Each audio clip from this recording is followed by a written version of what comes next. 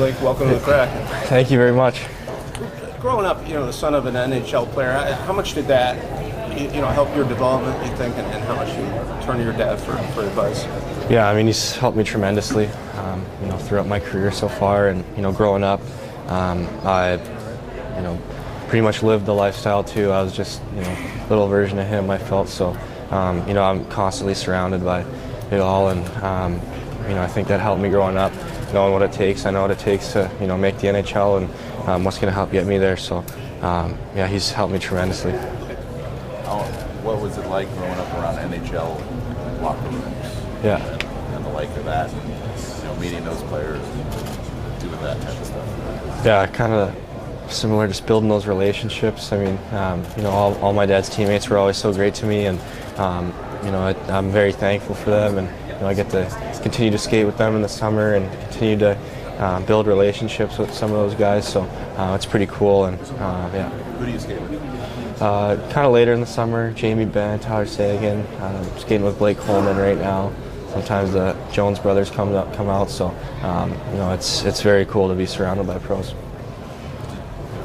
Yeah, you're a big guy. How would you describe, your skills and what you're going to bring to the Kraken if everything goes according to plan?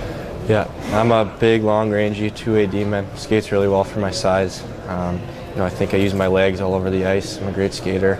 I bring, I defend really hard, kill plays. I eat heavy minutes for my team, and I also have skill, so I can chip in offensively. Who was your dad's teammates that were good, that have been good to you? Who's your favorite? Who's your guy?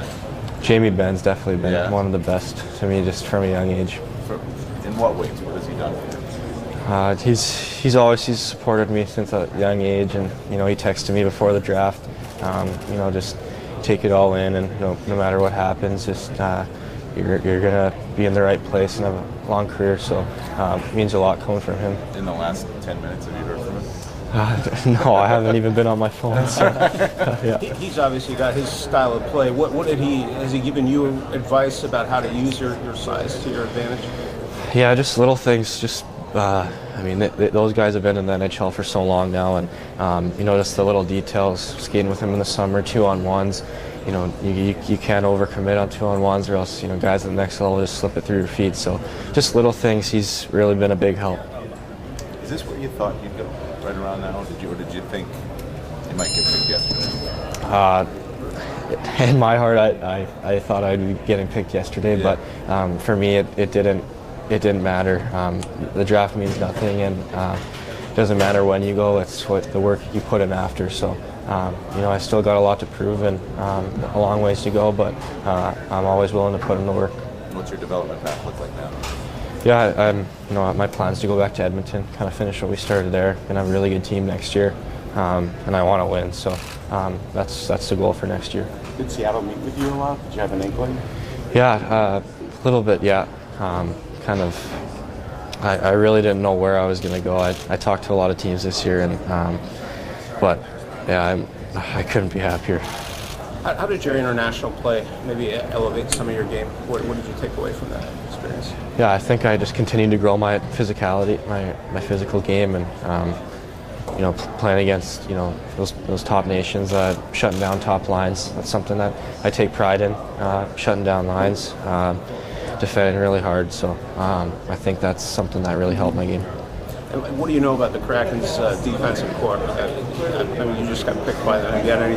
I can't even think right now. I know Dragicevic, he's in our league, so I know him a little bit. But yeah.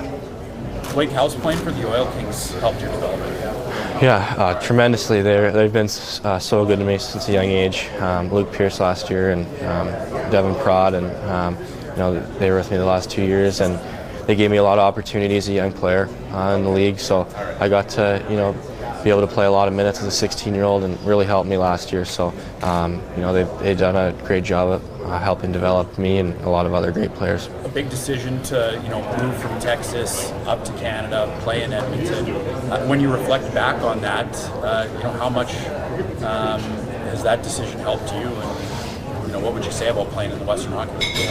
Yeah, it's a grind. I don't think people some people don't understand how much of a grind it is, and mentally, physically, the travel gets to you. So just learning how to be a pro, I think that's a big reason why I wanted to go to the Dub. It's the very similar schedule to the NHL, and ultimately that's the goal. So I thought that decision was going to get me most ready for pro hockey, and I think I'm on the right path. You talk about playing with elite talent in Edmonton, against elite talent across the Western Hockey League. How much does the level of play, the level of competition help you grow? Yeah, 100%. There's so many great players in the Dub, especially our division last year. Really tough, tight division, playing against very good players every single night. So it helps me a lot. I think being able to play against top guys every single night, having to learn how to shut them down, and not letting them get to the net. Just learning how to play heavy minutes against those guys really helped. Dad, Yeah, whole family. so when you get picked and that your name's announced, here's a guy who played almost 900 games in the NHL, and now you're starting your NHL journey. What was that moment like? Yeah, emotional. Not going that yesterday, and then just sticking with it, and it was very emotional. He's been in my corner. He's always in my corner, so it meant a lot to have my family here. Does not going yesterday put a little bit of a chip on your shoulder? Sounds like it does. Maybe a little bit, but for me, like I said, it doesn't really matter. It's not where when you go, it's the work you put in after. But I'll definitely have a little bit of fire in my stomach.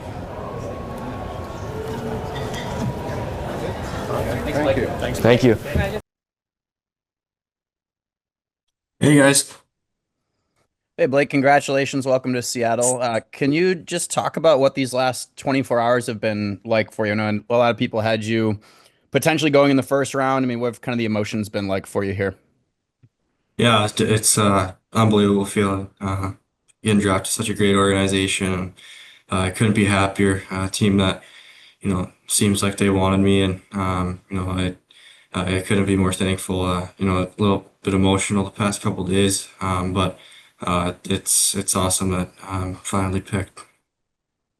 And the team did move up to get you in the draft. I mean, what does that say about how much they did want you? And was there any indication to you that Seattle might be the team that took you? Yeah, honestly, I had no clue. I really didn't know. I thought maybe it was a possibility. I didn't really know how long I'd be sitting there today. So it was definitely very special. And last one for me, just can you talk a little bit about what it means having a parent who played in the NHL, just how much that helps you in learning how to be a potentially pro hockey player one day? Yeah, he's helped me tremendously. Supported me so much throughout my career so far, and really good at communicating. And if I ever need anything, I can go to him. So he's been an amazing help for me. Thank you. Thank you.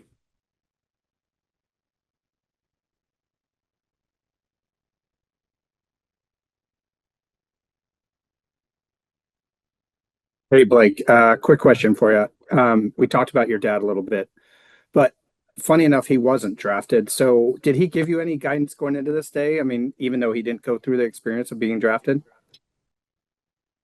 Yeah, a little bit. He didn't get the opportunity to get drafted, but I think that's he learned from that. Kind of that the draft doesn't really mean anything. It's the work you put in after. It doesn't matter when you get picked. It's the work you put in after that's going to get you to the NHL and help you stay there. So there's a lot of work to be done, and he's a guy that's really helped me kind of know that, and helped me learn about that. It's the work you put in after that's going to get you there. And then one quick follow-up. Your youth thought when you were really young, did you play mostly in Dallas when your dad was there in the youth programs there? Yep, Dallas Stars Elite. That's where I grew up playing most of my hockey. Excellent. Thank you. Thank you. All right, I lied. One more from me, Blake. We've all kind of read scouting reports on you at this point, but can you just give us your own scouting report of your own game? What do you think are some of your strengths? Yeah, I'm a big, long, rangy two-way D-man, skates really well, especially for my size. I think that I use my legs all over the ice. I defend good gaps. I can play heavy minutes, shut down top teams' top lines, and I have skills, so I'm able to use it offensively.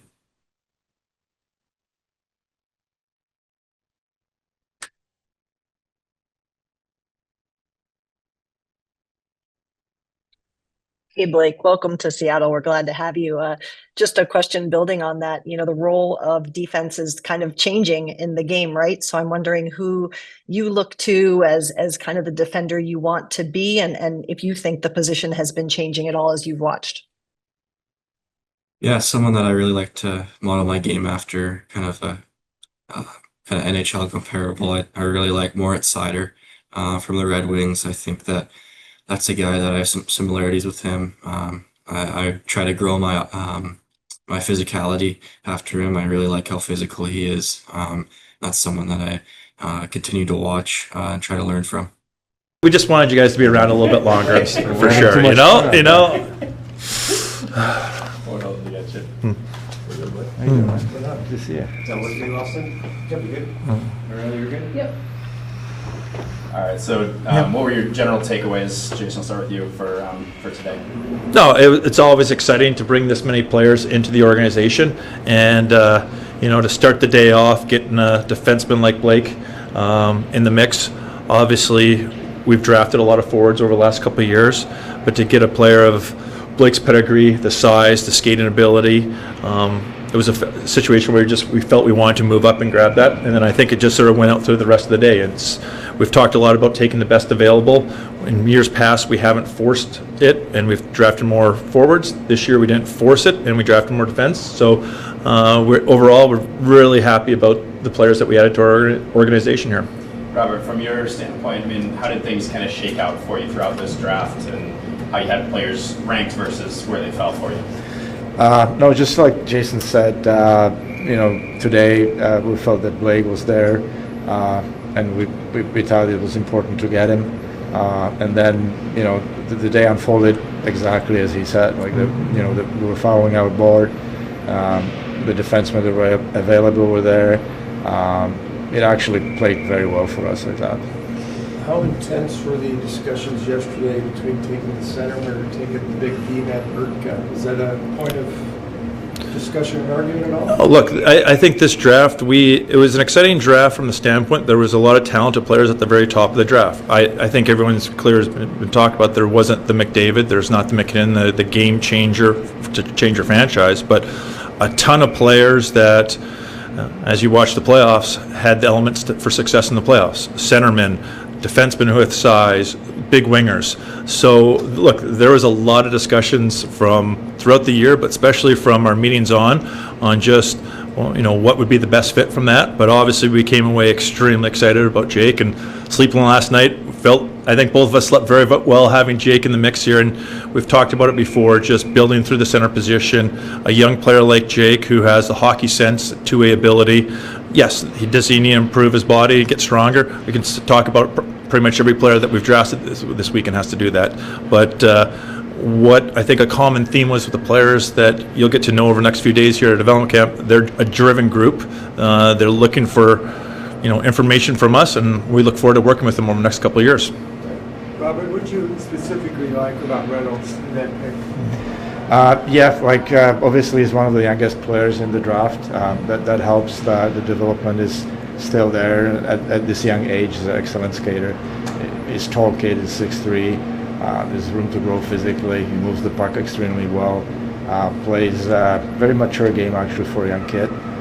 Moves the puck up, joins the rush, is always in the right spots. The physicality is coming.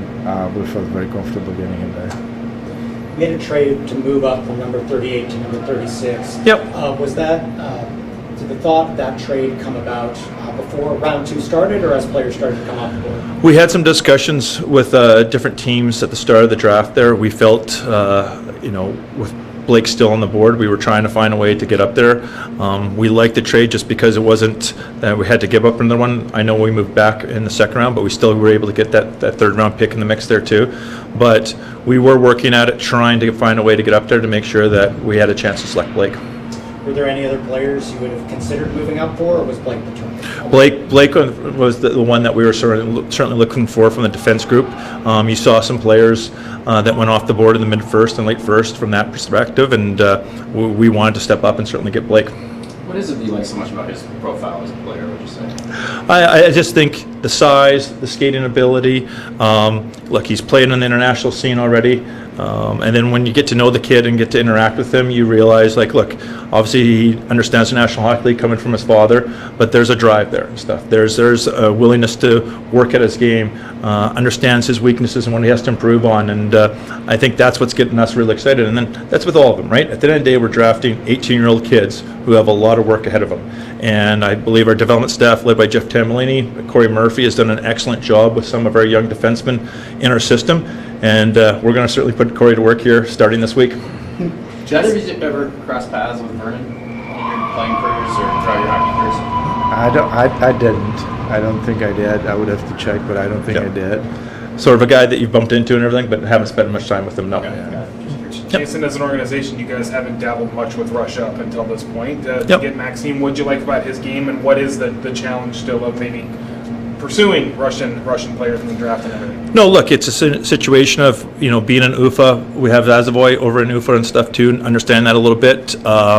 Max was down at the camp held by Dan Milstein last week that Robert was down there watching there and was able to interview Max there too. Again, a mature game that he has at such a young age, size, skating ability. I think that's going to be a common theme that you see with all of our defensemen that we drafted here today. We're hoping to get him here for development camp. It'll be great to have that interaction with him there, and certainly we understand the different options they have, but we feel very comfortable working with this agent to hopefully eventually get Max over here in a couple of years. Because you mentioned him, what's the situation with Vyazovoy at this point? Is he at a point where you're maybe trying to get him over here? What's the situation? So he's back in Russia for another year. It's going to be a great opportunity for him to be the go-to starter there. We're in constant communication with his agent, but we feel that's a great spot for him to be a go-to starter. He, I thought, had a great playoff run this year. Now it's a situation where he can be the go-to guy for the entire season. And speaking of drafting players from organizations where you already have a player, you drafted Carl Amborn of HV71, where there's Oscar Mulgard. Yep. Did he give you a scouting report on Carl? Well, look, we have our Swedish scouts that we trust a lot over there from that standpoint. Obviously, in these late round picks, you're trusting the regional guys. Robert and his staff and the crossovers do a great job at the top of the draft.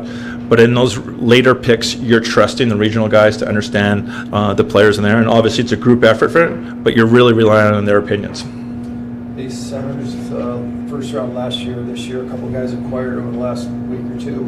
Is that depth, strength by numbers, or trade capital, or all of the above? I think what we're trying to accomplish with Lane is to give him options out there. Obviously, the kids that we're drafting, we're so excited about younger players, but it's going to take them time. I think the fact that you're looking in free agency, you're looking in the trade, right? Everyone's still looking for centers. So the more we can have, the more we're going to take and stuff for sure. And I do think some of our players, especially getting into the league, you eventually want them to become centers. I think it is easier from a defensive standpoint to start them on the wing. So we will consider that. I think you look at a player like Jared McCann, we talked about this yesterday, Jared's ability to go wing center, it just adds a lot of different dynamics, a lot of different looks for Lane and our coaching staff. Because obviously I think you see it with our four groups.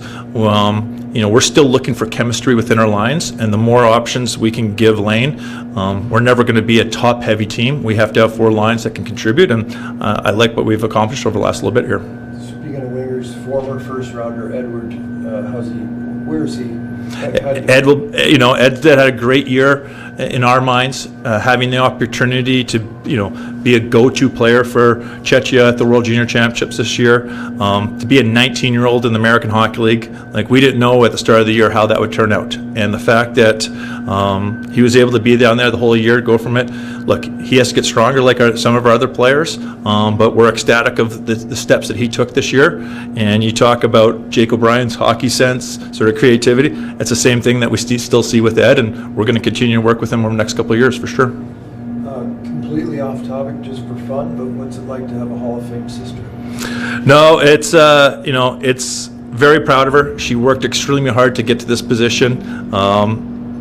Great to see her being rewarded, and the fact that it could certainly do it with my family, being right there was something very special for all of us. Can I ask a clarifying question? Yeah. Earlier you said that that Blake, you had him graded at a late first round. Is that what you said? Or No, we just said what was the question was just some of the defensemen to come off the board in the mid first and late first and stuff. And look, we certainly had a high grade on Blake. It was a player that was certainly high on our board, and that's why we didn't want to miss on him. We wanted to, yes, we only moved up, I believe, 2 or 3 spots to get him, but we didn't want to wait in that situation. We wanted to make sure we got him. Do you have a sense that any of your unsigned junior players might have an option, a college option this coming year? There's been reports linking Clark Caswell to Denver, but whether it's draft picks today or otherwise? It's the difficult part of the process right now. It's constantly changing, and we're trying to help them out with working with their advisors, working with their agents from that standpoint. I do think it changes daily, but it's something that we'll continue to work with, but don't have any announcement from that standpoint right now. And how'd the remote draft work for you guys generally? And do you have a preference on how it works next year? At the end of the day, it's probably above our pay grade, but look, I get the central draft, the celebrating the game, and being all together from one standpoint. I will also say, yeah, it took a little bit longer to go through this process, but there's a familiarity of being in our own offices and just being able to communicate from that standpoint too. So from our perspective, we certainly see the benefits of both scenarios. Jason, you guys have taken a goalie, I think, every year up until now. You didn't this year. Yep. What do you think? Does that speak to where you feel about your goalie depth across the organization as a whole right now, or is it just that the right one wasn't there when you were on the board? I think we certainly had some goalies that we felt very comfortable picking if they were there in the right spot. It just didn't, as we sort of talked about. I know there was a run of defensemen this year, but it wasn't as if we forced it. It's just how our list, went out, and we've been very happy with the goalies that we've selected over the last couple of years. We feel it's a strength of our organization what we have coming. Obviously, with Coco being the sort of the prize, but with Sarin and Vazovoy, I think we have a lot of depth in that opportunity, in that situation. And then obviously we're ecstatic of where Joey's taken the steps. You go from an American Hockey League goalie leading a team to the Calder Cup finals to a situation now of being a go-to starter in the National Hockey League, going to World Championships. We're ecstatic of where he's developed, and we're looking forward to seeing where some of these young guys can go in the future too. When you were looking at your draft board before the draft, did you have a sense that it was a strong defenseman draft, relatively speaking to others, or is it really just the way the board fell and that just happened to be the best player at the time? It was a strong draft up top. There was a lot of defensemen in it, but also a lot of these defensemen, and you saw the run on them early. Kind of a mid from the 9th down, and then Blake was pretty much in our mind left there, and then you had another run early in the 2nd. So there was a group of defensemen that were strong, and I felt like the teams would go and reach for that. Same with the forwards, and at the top they were really good forwards, and there was the situation with the best player available, and that's what we went with. Is the perceived upside of Jake higher than what Berkeley's was? That's a good question. They're a little bit different players and the same players at the same time. Extremely intelligent playmaking centers. Jake is 6'2". Barkley is an extremely slippery skill guy. So I think that having those two guys in the system, that gives you so much talent that you can work with. And the other thing with the centers, it's way easier, and I know that when you're center to play wing, it's way harder to go from wing to the center. Right. So usually the centers can play wing anytime, but it's harder for the wingers. You can't ask Robert to choose between his prized possessions here and stuff. It's tough, very difficult. Jake said he's going to go work with Paul McFarland on faceoffs this offseason too. Does it help having some familiarity with him to have Jake go work with him as well, knowing Paul? Look, to me, we're just looking for our players to focus in on their weaknesses and improve their game, and that's what we love about Jake is there's that dedication to working with Paul to understand this is an element that he really has to improve on.